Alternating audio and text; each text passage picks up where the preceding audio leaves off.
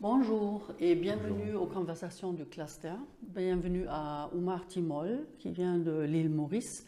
Oumar, je suis vraiment très contente et nous sommes très honorés que tu as accepté notre invitation de venir comme cluster chroniclist, donc le chroniqueur de la ville et du cluster pendant presque un mois. Mais peut-être on peut commencer par une présentation. Est-ce que tu pourrais te présenter toi-même, s'il te plaît? Donc d'abord, je tiens à te remercier Uti, de m'avoir invité. C'est un véritable bonheur d'être ici. Aussi Africa Cluster of Excellence qui m'a invité. Donc en deux mots, donc je m'appelle Oumar Tima, donc je suis mauricien, donc j'habite à l'île Maurice. Donc on peut considérer que je suis un artiste. Donc j'écris depuis une vingtaine d'années. Donc j'ai pas mal publié des recueils de poésie, des romans, nouvelles et maintenant du théâtre. Et j'ai une nouvelle passion depuis quelques années qui est la photographie. Donc je fais pas mal de portraits, mais aussi du street photography. Donc j'ai publié un livre de portraits il y a 2 ans de cela, appelé Grâce, qui contient 140 photos. Et je pense que la photographie, c'est un peu le prolongement du travail poétique. Donc j'ai eu l'occasion d'en parler dans la conférence, c'est-à-dire que pour moi, l'art, c'est une quête de soi-même. Je pense que c'est une quête existentielle, si on veut. Bon, il y a une strate, c'est la strate essentielle, je pense. Mais la photographie, c'est un peu la quête de l'autre. Donc, l'art occupe une place assez importante dans ma vie. Du part, comme on l'a dit, c'est le bonheur. Bon, c'est le bonheur de créer, c'est la quête existentielle, c'est le bonheur de partager. J'aime l'art, j'aime les mots, les livres, les images. Donc, c'est un vrai bonheur de pouvoir créer. Voilà, c'est un peu ma démarche. Le bonheur et Le aussi la bonheur, quête, si c'est on très veut. bien. Mais bon, on pourrait peut-être, comme tu as commencé par l'écriture, peut-être tu pourrais nous parler un peu plus de ton écriture. Parce que tu as commencé par écrire des poèmes, après, comme tu disais, des nouvelles, des romans, et pour arriver finalement au théâtre. Donc là, il y a quand même déjà trois genres dans lesquels tu t'exprimes. Donc, est-ce que tu pourrais nous parler un peu plus de cette expérience? Donc je pense que l'écriture procède d'une fascination pour les mots. Donc je suis un gros lecteur, j'ai toujours aimé lire. Je suis fasciné par l'écriture, par les mots. Bon, on a parlé de Camus par exemple, ou Ananda Devi, il y a tant d'auteurs que j'aime finalement, mais je suis fasciné par la faculté des gens à créer des textes. C'est vrai, il y a de nombreuses choses que j'aime. Au fond, j'aime la musique par exemple, ou le théâtre, le cinéma, etc. Mais j'ai un rapport différent aux mots. C'est-à-dire que pour moi, cela représente un peu comme un absolu. Euh, et donc, il y a ce désir des mots. Et donc, j'ai commencé à écrire un peu par hasard des petits poèmes qui ont été publiés dans la presse locale. Et donc, ce cheminement a commencé avec la publication de ces poèmes. Puis ensuite, j'ai écrit des recueils, voilà, théâtre, etc. Et j'ai réalisé là, à Béreuil, parce que j'ai quand même pas mal de temps, au fond, que je pense que ma vocation première, c'est vraiment la poésie. C'est vrai que je me suis un peu dispersé au fil du temps, parce qu'un des problèmes avec la poésie, c'est qu'il n'y a pas vraiment de lectorat. Donc on est très seul. Donc, par l'entremise du théâtre, c'est vrai, on a un public, on peut partager son travail avec plus de personnes. Mais je pense que fondamentalement, ce qui m'intéresse, c'est la poésie, c'est-à-dire parvenir justement à dire la substance de son être ou peut-être la substance du monde. Et c'est ce que je ressens ici. Donc j'écris pas mal de poèmes où j'essaie de capturer justement de saisir ce que je ressens. Mais à la limite, je pense que tout ce que j'écris finalement c'est de la poésie, mais c'est de la poésie déguisée en roman, en théâtre. Parce que pour moi l'écriture c'est essentiellement un souffle, c'est être porté par des mots, une sensibilité. Donc finalement peut-être qu'on déguise la poésie en autre chose, mais au bout du compte euh, c'est toujours de la poésie. Mais peut-être que c'est fondamentalement lié à une sensibilité, un certain rapport au monde et le besoin d'exprimer ce rapport au monde, de se dire, de raconter. Tout à l'heure, tu disais, et ça m'a étonné un peu, tu parlais de l'absolu dans l'écriture, la poésie. Et en même temps, quand même, bon, Maurice, on sait que, bon, et toi, je crois aussi, tu as écrit aussi en créole, donc c'est on navigue quand même entre deux langues au moins, peut-être même plusieurs. Et donc, comment est-ce que tu vois donc cette relation entre les langues, mais quand même aussi le souffle et puis l'absolu dont tu as parlé? Donc je pense que c'est un rapport assez complexe parce que bon, l'île Maurice est un pays multilingue. bon, finalement, on a l'impression parle plusieurs langues, mais on ne maîtrise aucune langue finalement. Donc ma langue maternelle, c'est le créole. Donc ensuite, bon, Maurice est un pays francophone, donc on parle le français à l'école. Bon, l'anglais, la langue officielle, mais qu'on parle très très mal. Au fond, les Mauriciens n'ont pas une très bonne maîtrise de l'anglais, parce qu'on parle cette langue très peu, c'est la langue officielle. Donc, j'aime beaucoup le français. Ben, je ne sais trop pourquoi. Disons, quand je lis l'anglais, pour moi, il y a un aspect très pratique. Bon, c'est vrai il y a beaucoup de livres qui sont traduits en anglais et moins en français. Donc, si on s'intéresse peut-être à la littérature universitaire, donc on a assez à plus de lire. Donc, je lis quand même pas mal l'anglais, mais je n'éprouve pas ce frisson quand je lis l'anglais. Ou par exemple, j'ai lu T.S. Eliot, ben, j'ai lu la traduction en français. Je n'éprouve pas le frisson quand je lis en anglais. C'est vrai qu'avec le français, il y a quelque chose de très très spécial. Par exemple, quand je lis Césaire, là, je l'ai relu à la bibliothèque de l'université. C'est vraiment un frisson. Il y a une émotion très, très vive. Il y a une connexion très, très forte avec la langue, d'une fascination pour les rythmes de cette langue. Mais c'est vrai aussi que ces derniers temps, donc j'ai commencé à écrire en créole, parce que je pense qu'au bout du compte, bon, j'ai une maîtrise, je ne dirais pas parfaite de la langue créole, mais c'est ma langue maternelle quand même.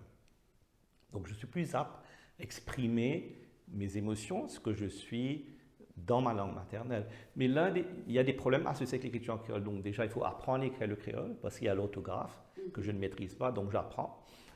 Et puis, un des problèmes aussi, à mon avis, c'est que, par exemple, quand vous écrivez en français, il y a tout un imaginaire littéraire, parce que vous avez lu des milliers de livres, au fond. Donc il y a comme une résonance avec ces textes. Et c'est vrai qu'écrire de la poésie, souvent, je trouve ça plus difficile, parce que j'ai moins, même si c'est ma langue maternelle, j'ai moins de vocabulaire littéraire, j'ai l'impression. Là, j'ai écrit un poème en français, un poème d'amour, et je pensais la traduire. Mais comment traduire ce poème? Par exemple, l'étreinte du temps, par exemple. Est-ce qu'on peut trouver des mots semblables? Certainement, mais je n'ai pas cet imaginaire nécessairement littéraire, parce que je n'ai pas lu suffisamment de textes. Donc il y a un travail peut-être à faire de ce côté-là. Mais c'est vrai aussi que écrire en créole, c'est peut-être une plus grande authenticité et se libérer un peu de cette dépendance à la langue française. Mais comme je dis, il y a des problématiques, parce qu'écrire en créole, c'est écrire par un lectorat extrêmement limité. Et les Mauriciens ne sont pas de grands lecteurs, malheureusement. Donc, maintenant, pour revenir à la question de l'absolu, je pense qu'il y a des obsessions, il y a des interrogations sur le sens des choses. Bon, il y a des thématiques qui reviennent constamment dans mes textes. Bon, l'amour, le temps, la mort. Donc, à travers l'écriture, c'est une façon d'interroger. Je suis assez fasciné par le temps, finalement, le temps qui passe. Est-ce que, par exemple, là, bon, j'écris quelques poèmes qui seront bientôt sur les pages des réseaux sociaux de l'université. Un truc, c'est un moment de grand bonheur parce que je suis hors du temps, finalement. Et parfois, je me dis que j'aimerais arrêter ce temps, que ce temps dure éternellement, parce que je me sens tellement bien. Donc, je me balade dans la ville. Bon, je ne travaille pas en ce moment, je n'ai pas de souci de stress, comme on dit. Et on se dit qu'on aimerait bien arrêter ce temps, être hors du temps. Donc exprimer, j'essaie d'en parler dans ce poème, mais tout en réalisant finalement que ce bonheur aussi est éphémère, il ne peut pas durer. Donc il y a des thématiques comme ça qui m'intéressent depuis toujours. Et avec le temps, bon, on vieillit aussi, et donc peut-être que cela devient plus urgent d'en parler aussi. Et peut-être on pourrait donc revenir aussi sur la photographie que tu as mentionnée rapidement. Donc tout ce que tu as expliqué maintenant aussi pour l'écriture et les différents genres. Donc pourquoi ce passage maintenant vers la photographie? Bon, je pense que c'est le fruit d'un hasard. Pourquoi et comment? Je pense que c'est le fruit d'un hasard parce que, enfin j'en ai parlé dans la conférence aussi, il y a un photographe qui s'appelle Frédéric Melotte. Bon, il est architecte d'intérieur, mais il est aussi photographe. Donc, il a fait mon portrait il y a 7 ou 8 ans de cela, dans le cadre d'un projet sur les artistes mauriciens. Et le résultat m'avait vraiment impressionné, c'était en noir et blanc. Bon, et puis, j'aime bien la photographie. Je me suis rendu aux expos, World Press Photo, je crois, à Maurice. Donc, c'est un art qui m'intéresse, mais on va dire, ce n'était pas nécessairement une passion. Et là, je me suis dit, j'aimerais bien essayer de faire des photos. Donc, j'ai parlé aussi de cette anecdote. J'ai une vision à la plage. Enfin, on va voir, c'est une histoire que j'ai inventée de toute pièce. Donc, il y a un écrivain mauricien qui s'appelle Barlène Payamutu. très connu à Maurice, c'est très actif, il organise des festivals, donc quelqu'un de très sympa. Il est aussi éditeur. Et Gab Barlen, il a une gueule d'écrivain, hein. Je crois que tu l'as rencontré. Et un jour, j'ai à la plage, je suis en train de nager avec ma femme et mes enfants, j'ai eu cette image. Je me suis dit, voilà, j'aimerais bien faire le portrait de Barlen. Et donc, voilà. Et donc, disons, disons l'image précède. J'avais déjà une image en tête avant de faire les photos. Et donc, j'ai acheté un appareil photo, et là, j'ai commencé à faire des photos. Bon, de mon chat, de mes enfants, etc. Et ce qui était un hobby est devenu très vite une passion. Et bon, j'ai eu un feedback quand même assez positif par rapport à mon travail, ce qui m'a encouragé à aller plus loin. Et c'est une belle aventure parce que les portraits, c'est énormément de rencontres. Ce sont des gens qui viennent chez moi, on discute, on échange. Et puis, je suis assez fasciné par le processus photographique. Ça fait la photo d'une personne. Il y a, enfin, je ne sais pourquoi, mais il y a dans le regard des autres quelque chose qui m'émeut profondément. Et finalement, j'ai eu la possibilité de publier un livre, donc publié par le même Barlen, destin au hasard, je ne sais trop. Donc, j'ai voulu publier, bon, c'était réunir mes meilleures photos, mais aussi, disons, ce que je voulais peut-être montrer, c'est le dialogue des regards, des yeux de toutes ces personnes. Et dans le regard de tous ces êtres, j'ai souvent l'impression qu'on retrouve un peu la même chose. Les gens portent un masque, mais quand on enlève ce masque, on découvre quelque chose. Moi, j'appelle ça la nostalgie du divin, mais donc j'ai animé un atelier d'écriture avec le professeur Faker il y a quelques jours de cela, donc j'ai demandé aux élèves d'écrire des textes sur 3 photos. Donc on a différentes interprétations.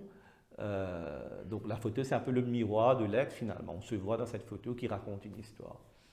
Donc voilà un peu la démarche. Et puis j'ai aussi fait des photos street. Et puis il y avait des manifestations monstres à Maurice contre le gouvernement il y a quelques années de cela. Donc je fais quand même pas mal de street et d'autres types de photos. Mais je pense aussi que la photographie, c'était une façon un peu de me libérer du fardeau de l'intellect et du langage et toutes des problématiques. C'était une façon de créer hors des mots. Parce que j'ai toujours eu ce sentiment de l'inaccessible par rapport aux mots. Donc un sentiment d'insatisfaction. Donc c'est une façon de créer, d'écrire, mais autrement.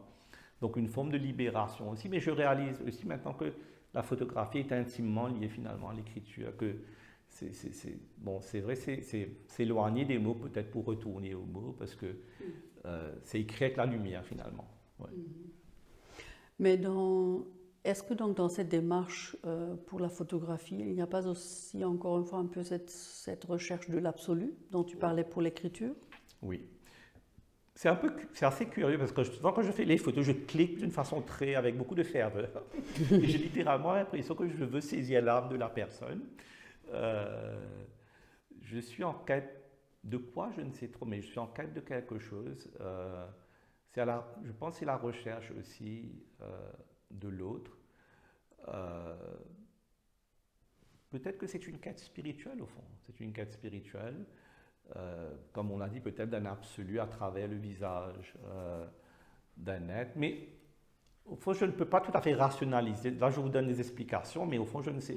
C'est comme, disons, j'aime mes enfants, je pourrais pas vous rationnellement. On les a. Je vais vous donner 3 raisons, mais cela dépasse aussi l'entendement et la raison. C'est une émotion, c'est une connexion, je pense, profonde. Jeudi dernier, donc on avait organisé une rencontre avec le public et le titre de cette rencontre c'était How to Capture the Soul. Parce que quand tu m'avais parlé aussi, avant de venir ici, tu m'avais parlé de ton travail. C'est ça qui revenait justement très souvent dans tes explications. Comment trouver ou comment saisir l'âme. Donc peut-être tu pourrais encore dire quelques mots là-dessus. Donc, enfin, mon sentiment, c'est qu'on porte tous des masques. Bon, et ce qu'il y a, c'est quand vous rencontrez quelqu'un. Quand je fais le portrait d'une personne, cette personne se déplace, elle vient chez moi, donc on se met à parler. Donc en général, j'essaie d'écouter. Bon, souvent je parle trop, mais là, je mets de côté le moi bavard pour devenir quelqu'un qui écoute.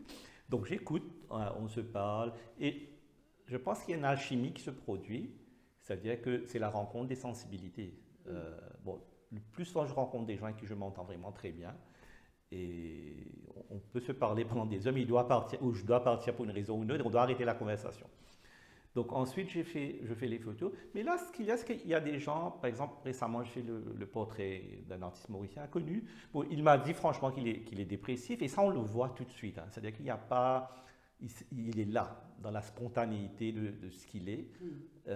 L'authenticité est là. Où j'avais fait le portrait aussi de Firoz Ganti. Bon, il est malheureusement décédé il y a 2 ans de cela, je crois. Il est dans le livre. C'est la première photo d'ailleurs. Donc Firoz, c'est un artiste connu, quelqu'un de très charismatique. Et lui, il était très raw, dans le sens positif du terme, très brut. Il y avait une intensité. Donc je pense que cela dépend des gens. Mais le plus souvent, il y a un masque. Et puis il y a un dévoilement graduel de cette personne. Et on arrive à un lieu, à un moment ou à un autre. Enfin, moi, ce que je fais, c'est une photo au fond. On peut faire 100 photos, mais c'est cette photo qui raconte, je ne fais pas là, mais on aperçoit quelque chose de très profond. Par exemple, il est difficile de faire les portraits des intellectuels parce que, bon, souvent, quand vous les rencontrez, vous êtes un auditoire, donc ils vous racontent leur vie. Bon, quand vous faites les portraits, ils se mettent à parler. Et là, je lui ai dit, vous savez, il est préférable de ne pas parler parce qu'ils ont tout le temps des choses à vous raconter. Bon, je me suis fait un intellectuel mauricien, c'est quelqu'un de brillant, voilà, charmeur. Donc, lors du shoot, il parlait. Et puis, il y a un moment d'abandon. C'était un autre homme, où je pense Céline Zécolin, donc c'est une figure très connue à Maurice, elle est écrivaine, bon, elle est marxiste, donc très très engagée politiquement. Donc Lindsay est venue, j'avais fait une expo sur les écrivains mauriciens au musée Blupenny à Maurice, donc j'avais fait son portrait dans le cadre de cette expo. Donc Lindsay vient à la maison, vous savez, elle est très exubérante, elle parle de la langue créole, la politique, etc. Et je vais dire, bon, ça ne sera pas évident de faire un portrait, mais encore une fois, au bout d'un moment, il y a comme un relâchement, et là on voit autre chose. Donc c'est-à-dire qu'il y a un dévoilement, je pense, de l'être. Mais ce qui m'intéresse aussi, c'est que il y a un lien humain, j'en suis convaincu, entre toutes ces personnes. Il y a quelque chose qui nous unit finalement. Je suis convaincu qu'il y a une humanité commune, c'est une des leçons que je retiens de cette expérience, c'est qu'au-delà de toutes ces différences, et c'est peut-être ce que j'essaie de dire aussi de façon très modeste, peut-être à travers ce livre, c'est qu'au-delà de toutes ces différences, toute cette haine qu'on voit dans les sociétés humaines, il y a un lien commun entre les êtres humains. C'est-à-dire qu'il y a quelque chose de fondamental. Bien sûr, il y a des différences culturelles, etc. On ne va pas les nier, on ne va pas être naïf non plus. Mais il y a un lien humain, fondamentalement, que vous soyez noir, blanc, jaune, peu importe. Hein. Et ça m'intéresse énormément, et essayer de convier les gens à découvrir cette humanité aussi. Voilà. C'est très beau, donc il y a un message profond en fait aussi dans ce livre avec les portraits. Bon, comme pendant ton séjour maintenant à Bayreuth, il y a presque 2 semaines déjà, tu avais aussi, je crois, l'occasion de rencontrer quand même pas mal de personnes qui vivent à Bayreuth ou qui sont là aussi pour quelques mois. Bon, peut-être tu pourrais nous parler aussi un peu de tes rencontres à Bayreuth. Bon, déjà, vous savez, ce qui me plaît ici, bon, déjà, comme je dis, c'est hors du temps, parce que là, je ne travaille pas. Il n'y a pas de CPE cassé à la maison que je dois réparer, parce qu'il y a tout le temps des problèmes, vous le savez. Donc, j'ai le temps vraiment de respirer. Et c'est une très, très belle ville. Et vous savez, ce qu'il y a aussi, c'est que quand vous êtes un artiste à Maurice, et je pense que c'est vrai de tous les artistes, on se sent souvent incompris. Parce que on ne prend pas l'art généralement au sérieux à Maurice. Nous sommes une population d'immigrés finalement. Et bon, sans caricaturer l'immigré, ce qu'il souhaite, c'est que c'est la réussite, souvent matérielle. C'est amusant quand je connais bon, il y a beaucoup de jeunes, quand vous dites, vous êtes à quelles études, ce sont le droit et la comptabilité. Bon, peut-être qu'ils ont cette vocation, effectivement, mais j'ai souvent l'impression que c'est toujours l'aspect pratique qui prend le dessus. Donc être artiste, c'est être un peu bizarre, c'est être un peu incompris. Et ce qui me plaît, c'est justement de rencontrer des gens qui vous accordent cette légitimité, comprennent votre démarche. Donc moi, je pensais à ce mot, c'est le mot amour finalement. C'est que C'est beaucoup d'amour, c'est rencontrer toutes ces personnes, bon, Isiaka et toi et tant de personnes que j'ai rencontrées durant ces 2 semaines. C'est aussi ce sentiment que, parce que le travail artistique, c'est quand même beaucoup d'efforts. J'écris du théâtre, je fais des photos. Bon, je m'investis quand même pas mal de ce travail. Plus, bon, je travaille, bon, j'ai un travail aussi. Mais souvent, on s'interroge sur la légitimité de ce qu'on fait. Il y a un sentiment aussi de solitude, souvent, parce qu'on n'arrive pas à partager nécessairement ses passions. Maurice, je trouve, c'est très particulier dans ce sens. Le rapport aux livres, aux idées, j'ai l'impression que ça n'intéresse pas grand monde. Donc là, c'est vraiment un bonheur de pouvoir rencontrer toutes ces personnes, de pouvoir échanger la conférence. Donc c'est ce sentiment justement que ce qu'on fait a un sens et de pouvoir partager avec des gens qui vous comprennent. Et donc dans ce sens, c'est vraiment un bonheur. Ouais. Et le fait, bon, excuse que je pose peut-être encore cette question, parce qu'il y a quand même aussi beaucoup d'autres invités qui sont là pour des résidences de recherche et qui viennent un peu de partout dans le monde. Bon, même si, bien sûr, Maurice aussi, c'est un contexte très international aussi. Mais disons, je m'imagine que là aussi, il y a peut-être des échanges très intéressants. Ouais. Disons, d'autres perspectives, d'autres regards sur ton Enfin, travail. Ouais, en fait, d'une part sur mon travail, mais aussi, par exemple, j'ai parlé à Isiaka. Bon, je ne connaissais pas grand-chose du Burkina Faso, avant, je ne connaissais rien. Donc j'ai beaucoup appris. J'ai parlé à Mariam, elle est iranienne, donc je connais vaguement l'Iran, mais là aussi un apprentissage. Donc chaque rencontre signifie aussi, et c'est vrai aussi que c'est réalisé qu'il y a des problématiques communes à tous ces pays finalement. Donc j'ai parlé aussi à Yelena il y a quelques jours de cela, elle est de Serbie.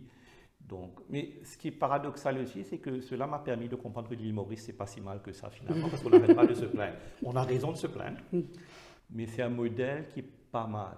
Il y a énormément de problèmes. Et comparé à d'autres pays, finalement, on s'en sort pas si mal que ça.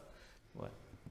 Donc, est-ce que, peut-être pour conclure, est-ce qu'on peut s'attendre à des écrits, des poèmes et aussi des photographes qui sont liés éventuellement aussi à ton séjour ici à Donc là, Beyrouth? je dois reconnaître que l'un des problèmes avec Beyrouth, c'est un endroit idyllique, calme, paradisiaque par moment. Mais c'est vrai, pour le street photography, c'est un peu plus compliqué. Parce qu'on peut faire des photos de fleurs, du lac, d'un canard, etc. Donc, c'est pas peut-être le lieu où il y a des choses vraiment intenses, mais moi j'adore. Donc, c'est parfait pour 3 semaines.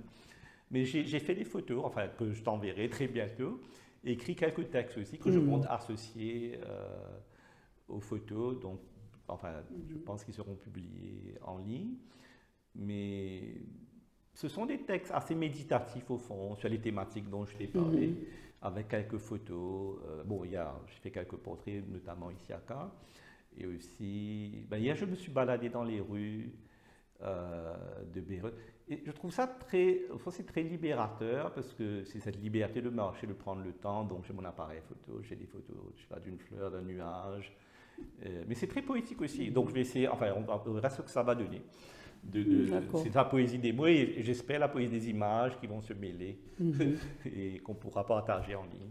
Donc on pourra dire, quand les gens vont regarder la conversation, peut-être de leur conseiller de regarder sur le site, de découvrir Bayreuth poétique à travers le regard de Oumar Timol. Bon, merci encore une fois pour la conversation, mais aussi d'être venu et d'avoir partagé tes pensées et ton travail avec nous. Merci beaucoup. Enfin, j'en profite pour te remercier une fois de plus et Africa Cluster of Excellence. Comme je l'ai dit, vous savez, nous vivons dans un monde compliqué où souvent nous avons très peu de raisons d'être heureux finalement. Et donc là, c'est la possibilité de connaître un peu de bonheur dans sa vie et j'ai une grande gratitude. Vous savez, franchement, quand j'y repense, c'est une aventure inattendue dans ma vie parce que je n'avais pas prévu d'écrire ou de faire des photos. Et puis, il y a des choses qui surviennent comme ça. Bon, c'est aussi, il y a pas mal d'efforts qui sont faits.